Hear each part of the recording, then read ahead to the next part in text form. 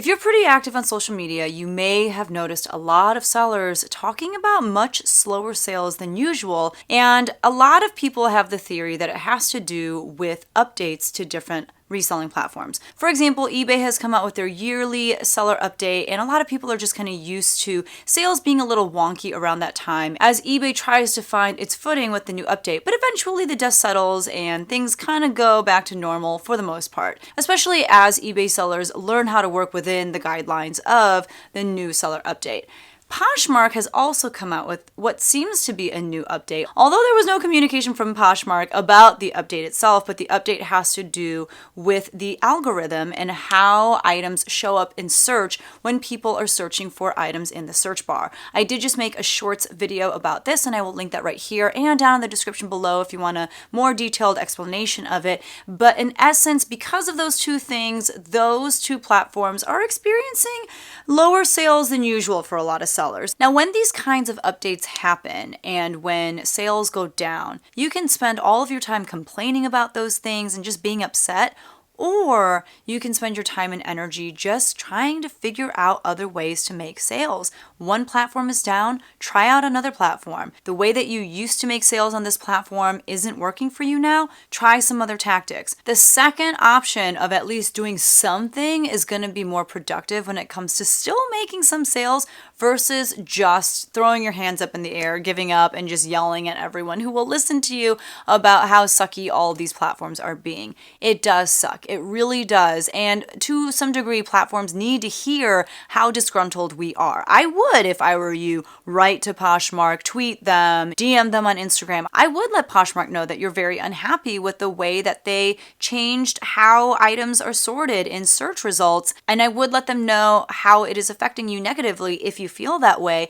But once you've reached out to them, what more can you do, right? So at that point, personally, I think it's best to pivot, just do different things to try and force sales until the dust settles. And that's what I'm going to share with you in this video. So if you want to hear what I plan on personally doing on all of the different platforms that I sell on to combat these slow sales, whether it's because of new updates, whether it's because people just aren't buying as much, whatever the reason may be, then stay tuned. Won't nobody love you the way they should. Won't nobody check up on you, make sure you're good. Won't nobody check those body tremors for your neck. Hi everyone, my name is Becky Park and I am a part-time reseller on a bunch of different platforms. And in today's video, I'm actually going to share with you what I plan on doing on all of those different platforms to kind of boost some sales, trigger the algorithm, and yeah, make some more sales for myself, especially because my typical number one platform, Poshmark, is not performing for me the way that it usually does. So what I'm going to do is I'm going to start with a few overarching tips that I believe apply for all reselling platforms, and then I'll go into each platform that I sell on with tips for each platform in regards to what I would do over there to try and get some more sales. I will have timestamps down in the description below so that you can kind of poke around to go to the parts of this video that will apply to you. But let's start with 3 tips that I have that are just kind of overarching tips, just good practice tips, regardless of what platform you sell on. So the first thing I would say in terms of an overarching tip for all platforms is to keep listing. I know for a lot of us who are especially on Poshmark right now and kind of frustrated by how items even show up in search, a lot of people are hesitant to list because they're thinking, what is the point? My item isn't even going to get picked up in search in the first place. I would argue, however, that listing is single-handedly the most important thing you can do for any platform in order to trigger its algorithm in your favor. It is the thing that all platforms are wanting you to do, is to keep listing more because they think that more means more money for them, which, I mean, it kind of does, unless you're just continually listing crap. But they really do value new listings, so I would say keep listing. Now, when it comes to Poshmark, I'm sure a lot of people will ask the question, so do I keep listing the way that I have been with good SEO, with, listing titles that are rich with descriptive words, and I use up all 80 characters? Because it seems like the current Poshmark search function is penalizing those who list in that way, who have those long listing titles. Personally, and I can't tell you what's right or wrong, I'm just going to tell you what I'm going to do. I'm going to keep listing the same way that I do because I don't know if Poshmark is going to stick with sorting search results in this way. And so I am going to just continue listing the way that I have been. But yeah, if they come out with a statement that says this is just how it's going to be, it's going to default to recommended when it comes to search results versus just shared, then it's a lot easier, if I want to keep selling on Poshmark, to go into all of my listings and take out a bunch of words and make really generic titles than it would be for me to go back into listings where I literally wrote Madewell top or cute dress as my listing title. It's a lot easier to take out words than put a bunch of more words into my listing title. So for me personally, I am going to keep listing the way that I have been because I really do think that this will pass and that things will either go back to normal or that Poshmark will hopefully hear us when we tell them, just give us an explanation. Just tell us, like, what do you want us to do? Because that's much better than being left in the dark. And then people can make their decisions as to whether they want to stay or whether they want to go, but at least they know what's going on. But yeah, on all of your other platforms, just keep listing the way that you typically do. And what I would say is if it's possible, given your day and your schedule, if it's possible to double your listing efforts, then do so. You should already be listing consistently, again, if possible for your day-to-day, but on top of that, try to do more than what you've been doing. So for myself, I personally have not been doing the greatest job of listing consistently, but I try to list at least 5 new items and cross-list those 5 items every day. And so now what I'm going to try and do is list and cross-list 10. I may not be able to find the time in the day to do that, but if I can, I'm going to shoot for 10 versus being satisfied with my 5. Furthermore, if you're able to, I would also experiment with listing at different times during the day. I tend to list last thing in the day. So like around midnight, I'll sit down and be like, oh, I gotta get my 5 listings up. But I really want to try like maybe getting 1 listing up before I go to work and then listing 2 or 3 items during my lunch and then 1 or 2 items during my prep period, something right after school. Like maybe if I space it out, it will, trigger the algorithm every time a new listing goes up at different times of the day.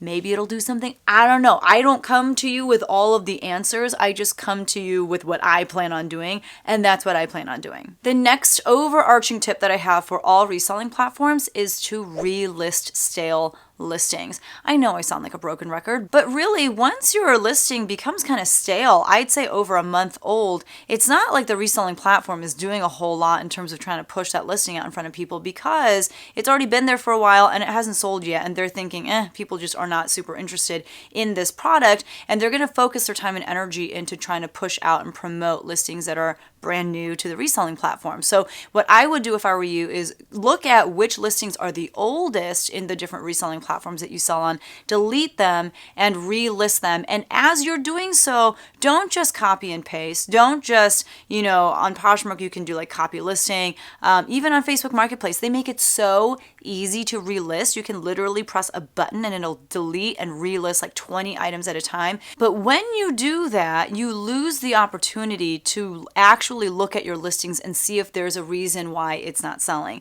Perhaps you spelled the name of the brand incorrectly. I know I've done that before. Perhaps when you checked comps when you first listed it, you priced it pretty well, but now comps have changed and your item is just priced way too high. There's a lot of reasons as to why your listing may not have sold yet. And so I would say, since you have the time, you're not spending a lot of time shipping things out because things aren't selling. If you have the time, go through, look at your existing listings with a fine-tooth comb and make sure that they are optimized to sell. Finally, I would say if you're only on one reselling platform, this is the time to start cross-listing. Try getting your items in front of another audience. I think right now is showing us why this is so important. Poshmark is going through some stuff, and let me check. Today, I don't think I've made any sales on Poshmark, and it's 7:04 p.m. I would have made a sale by now if there were a sale to be made, but I have not made any sales today. But thankfully on Facebook Marketplace, I sold a pair of pants for $80 and a pair of shoes for $50. On eBay, I've had a couple sales. I don't think I've had any sales on Mercari. I think I even have a Kidizen sale? No, that was yesterday. So, I'm pretty thankful because I'm going to have a similar number of packages going out the door tomorrow, not because Poshmark has been performing for me the way that it usually does, but because I have other platforms that, for whatever reason, have stepped up to fill the void that used to be Poshmark in terms of giving me sales. If you only sell on Poshmark, let's say, however, if there's an issue with Poshmark, then you're kind of screwed because that's the only place that you have your listings up to make sales. This is the time, I think, to start experimenting with some other reselling platforms. You all know that personally, I recommend trying out eBay as your next option because it has the biggest audience. But maybe you're not a fan of eBay, maybe you just don't want to do it because of the shipping and whatnot. You could still try Mercari, you could try Facebook Marketplace. There's a lot of other places you could try. And I'm going to talk about all of the reselling platforms that I personally sell on in this video, but I personally think it is well worth the time and energy to cross-list because I think that there are a lot of sales to be made that way. But I can't tell you how thankful I am, especially at a moment like this, to be on a bunch of different platforms. And it does take a lot of time to get listings onto a variety of platforms, and that's why I use a cross-listing software called List Perfectly. It is a Chrome extension that will carry over a lot of the information from your original listing to the other platforms that you want to sell on. And they support, like, I don't know how many platforms it is at this moment, like 12, 13, it's insane. You can sell on so many different platforms and get your listings to those different platforms super easily because of List Perfectly. So if you want to try out List Perfectly to add some new platforms to your repertoire of platforms that you sell on, I do have a coupon code. It is Becky Park,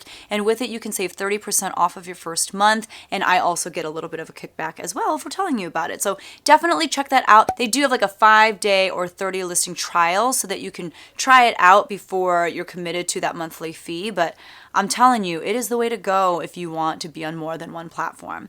So now let's get into the specific platforms and what I plan on doing for each platform, because every platform is built differently and requires different things in order for you to make sales over there. Let's go ahead and start with Poshmark because Poshmark typically is my number one platform when it comes to making sales, and it's also the platform giving me the most trouble right now.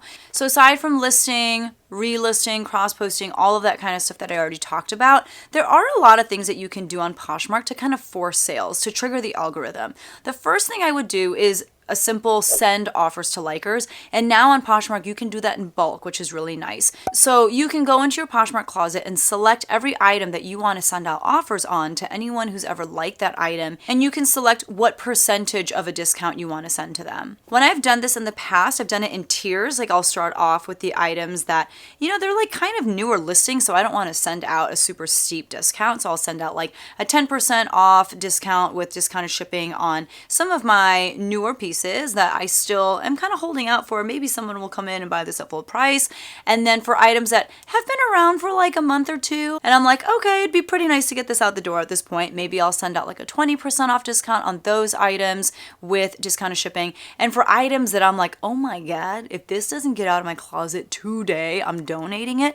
Maybe you send out like a 50% off offer on those items with discounted shipping. I don't know, you do what you want to do. I usually make a handful of sales whenever I do this, and I do tend to move some older pieces, which is great. Another thing that you can do is use another one of Poshmark's newer features, which is the My Shoppers feature. What it does is it allows you to see who has shown active engagement or activity in your closet. For example, it'll show you all of the Poshmark users who have ever liked an item, who have ever started a bundle. And so the nice thing is, you can either go by shoppers who have liked an item or who have started a bundle, and you can send them a message, which, could be as simple as, I'm running a 20% off of everything sale in my Poshmark closet. Feel free to throw items in a bundle, send me an offer, and I'll accept. There is no way of running an actual sale in your closet other than just sending out offers to likers or messaging people who have liked items or have started bundles. So this is the closest thing that Poshmark has to putting a sale on in your closet. I did try this My Shoppers method not too long ago, and I will actually link a video down in the description below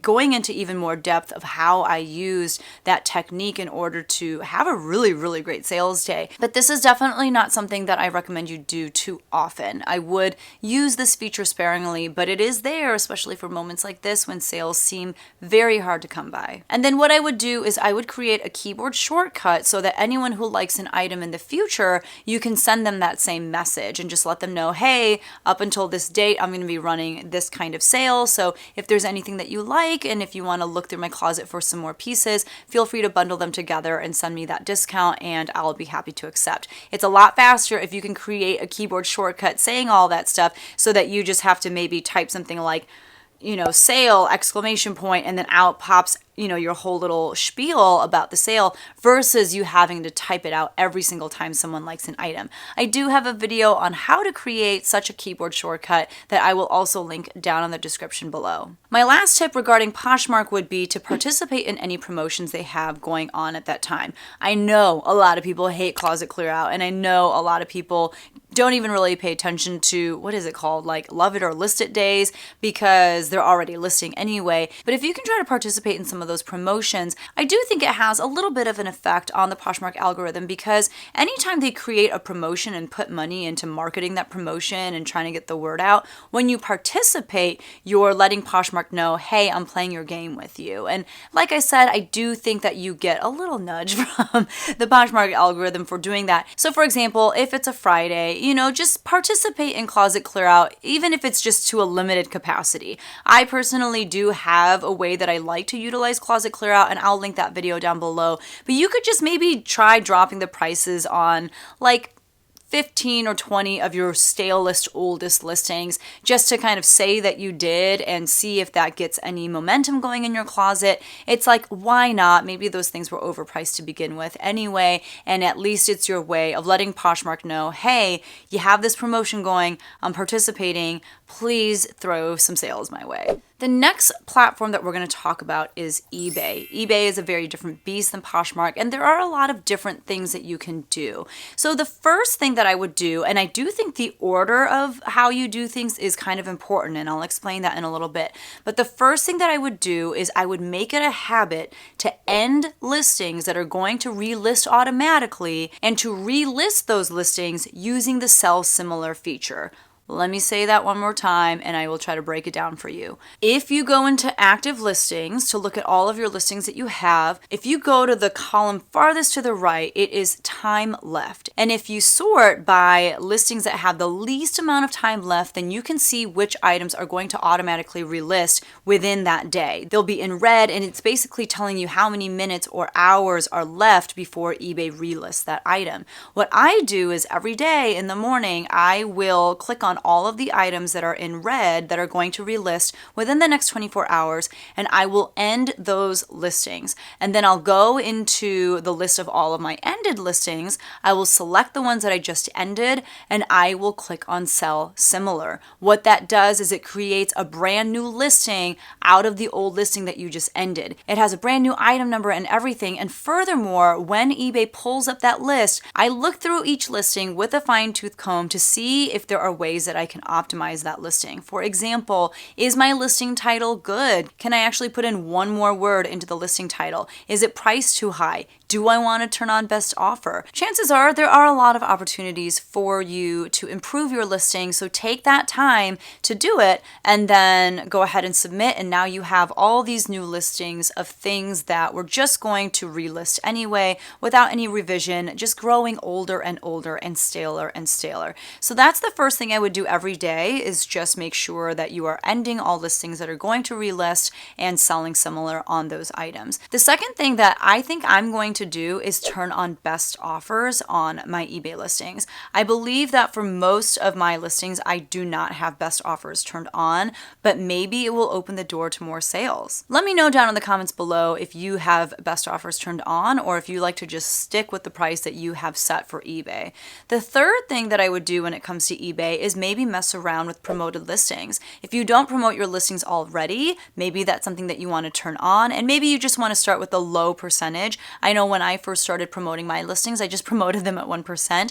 I now promote everything at 3%, but maybe I'll play around with promoting them at 6%. That basically puts my fees very close to Poshmark's 20% fees. I think that'll take me to about like 19%. I don't know that I would personally feel comfortable going over 6% in promoted listings, because then I'm basically paying more in fees than I even would on Poshmark, which is kind of crazy. But maybe you want to experiment with promoted listings. What is promoted listings? You're basically paying a little bit more for eBay to promote your listing and put it higher up in the search results when someone is looking for something related to something that you have for sale. You are paying more for this service, but I will say a lot of my sales do sell because of promoted listings, and I wonder if by upping my promoted listings percentage, if I can make even more sales. The great thing too is you can change your promoted listings per item in bulk, so you can just select everything, change the amount that you want promoted listings to be at, and then after some time, maybe once you feel like eBay's kind of back to normal, you can lower the promoted listings percentage again, and it's not like you have to go into each individual listing to change the amount, which is a godsend. Otherwise, I would not even be giving you this tip because it would just take way too long. When you have done all of that, I would recommend running a sale on eBay. I think it's important to do all of those things first so that things are already optimized in your store. Maybe even by doing those first few things, raising your promoted listings, by ending items that are going to relist and doing sell similar. Maybe by doing those things, you've already attracted more people to your store, and now that they're there, you can run a sale. I like to run a markdown sale where I have a certain percentage off of every item in my store. But the nice thing is you can hand select which items you want to put on sale. So once you've done all those things and you run a sale, chances are there's already going to be some people watching some items. There's already going to be some people who are in your store to begin with, and hopefully you'll make some sales really quickly that way. I will probably run 20 to 25% sales every once in a while. Sometimes just to get the ball moving, even on weekdays, I will have a 5 or 8% sale, which doesn't really do much. But on weekends, I do try to have sales running that are at least 15% or higher. Moving on to Mercari. Mercari, again, is another beast with another set of weird things that they do and, rules and all that kind of stuff. So Mercari, there is no way to really run a sale, which I really, truly wish that they would fix. But you can promote 10 listings a day, which means with the press of a button that says promote, you are dropping the price of an item by at least, I want to say it's 10%. It might be 5, but I think it's 10%. And anyone who has liked the item will get a notification that you did that, but also you've dropped the price of that item for good. That's its new price. It's not an offers to likers, but you are dropping the price for everyone to see. So, it's a good way to just at least get the word out specifically to people who have liked your item, but also maybe to drop the price on an item that was maybe priced a little too high.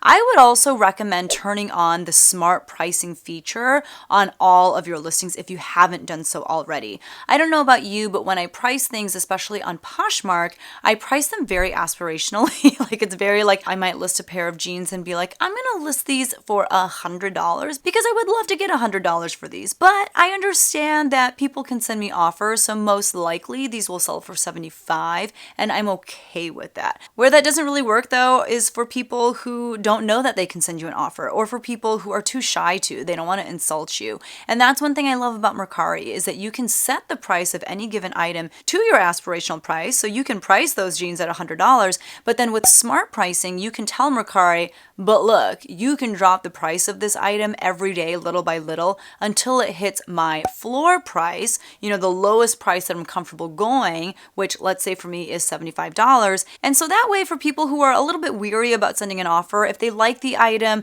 they'll see the price going down until it hits a point that they're comfortable with. And every time the price goes down, it's going to attract new viewers to that item. And I've had a lot of instances where I make full price sales because Mercari has dropped the price of the item little by little, and it finally gets to a price where someone is I'm just going to buy it at that price. They don't send me an offer or anything. They just buy the item. So if you don't have smart pricing turned on all of your Mercari listings, I would do that. I would figure out what your bottom price is for an item and just turn that feature on. It's free. I find it to be extremely useful, and I think it's a really great way to also just go in and tinker with your Mercari listings, show some activity, let them know that they should boost you in their algorithm. Really quickly, if you are enjoying this video and feel like you're getting any value out of it, I would super duper appreciate it if you wouldn't mind hitting that like button. That way YouTube knows that this is a video they should be suggesting to other viewers just like yourself. But back to our regular scheduled programming. Moving on to Facebook Marketplace, they have two things you can do with stale listings. I believe if a listing gets to be about 2 weeks old, you have the option to renew the listing, which means you're kind of boosting that particular listing again to the top of the search when people search for something in Facebook Marketplace. It used to be that you could only renew items 4 times. I don't know if that's still the case. I don't know how that works, but what I do know is that after an even longer period of time than that, they'll give you the option to delete and relist old listings. And they make this so easy. If you do it from your computer, you can actually do it in bulk, like 20 listings at a time or something like that, which is really great, except for the fact that perhaps you should go in and make some adjustments to your listings before you relist them. But once your listings are in a really great place, they'll let you delete and relist at the click of a button 20 items at a time. That's pretty amazing. So I would personally do that to all of your listings, renew everything that can be renewed, and delete and relist everything that Facebook will let you, and then I would run a sale. Every time I do that, every time I renew something, relist something, and then run a sale, I make sales instantaneously. Like sometimes 3 to 5 sales instantly, because I've done so much to get my listings to be right at the top of search when people are looking for anything. So don't run that sale until you have renewed or deleted and relisted old listings. Another thing that I would do on Facebook Marketplace is I would join a few garage sale type groups on Facebook Marketplace for your area, and I would share listings to those groups. A lot of your people may not come across your listing organically just from being on Facebook, but a lot of people belong to some of these garage sale groups, and if you're posting your items in there, you might have a better chance of making the sale. Same thing goes for buy sell trade groups. If you have a specialty item, for example, there are a lot of buy sell trade groups for higher end kids clothing like childhoods or I can't even think of any more. I'm so tired. But you know what I mean. And so if you have a childhood's piece, you could share it to that group and probably make pretty quick sales that way as well, because you're targeting people who have said they are looking for things for that particular brand or for that particular type of item. So if you've got a lot of something for sale on Facebook Marketplace, I would see if there's a buy sell trade group for that brand, for that niche, for that whatever,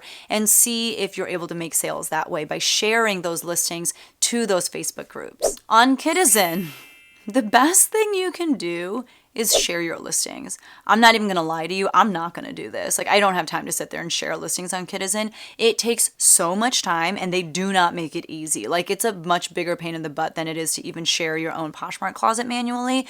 But when you share your listings, you will see a flurry of activity because all of a sudden your listings will go from being at the bottom of the barrel all the way to the very top. So if you have lots of free time on your hands, I would suggest sharing your closet. And once you have shared everything in your closet, I would suggest running a sale. There's already all this activity on your listings simply from the fact that you've shared them, and now you're running a sale on those items as well. You're probably going to make at least a handful of sales if you've got a decent number of items on Kidizen. The last platform that I'm going to talk about in this video is Depop. One of the things that I'm going to do at some point this week is I'm going to go in and change all of my listings from the buyer paying for shipping to free shipping, because apparently Depop is one of those platforms where free shipping is a big deal. I didn't know that, so I had the buyer paying for shipping on everything, and that's why I've made one sale over there over the span of a couple months, I think. So I'm going to go ahead and change everything to free shipping, build the price of shipping into my price so that I'm not just eating the cost of shipping, because no thank you. And I think hopefully by doing so, I will get some more interest in my items and hopefully make some sales. On top of that, you can kind of run sales on Depop. The way that they do it is you can select which items you want to discount, and it's nice because you don't have to do the same percentage of a discount on all of your items. You can do 10% for, these items and 20% off for those items. So that is kind of nice. anyways, truth be told, I don't really have that many tips for Depop because I'm still very, very new there and I don't know what I'm doing. So especially with Depop, if you have any tips, please leave them down for me in the comments below. And if you have tips on how to force sales on any of these platforms, let me know in the comments below. Let me know what you plan on doing because like I said earlier in the video, I think our time and energy is much better spent just doing these kinds of things than complaining. So let us know your tips down in the comments below. If I were you, I would spend some time in that comment section just trying to soak up as much knowledge as possible and then turning around and applying those things to your different reselling platforms so that you can still have some sales coming in. If you enjoyed this video, please hit that like button so that YouTube knows that this is a good video that they should be promoting to other viewers as well. And if you haven't subscribed yet to my channel, this is your final chance to do so. Thank you so much for watching and I'll see you guys in the next one. Bye!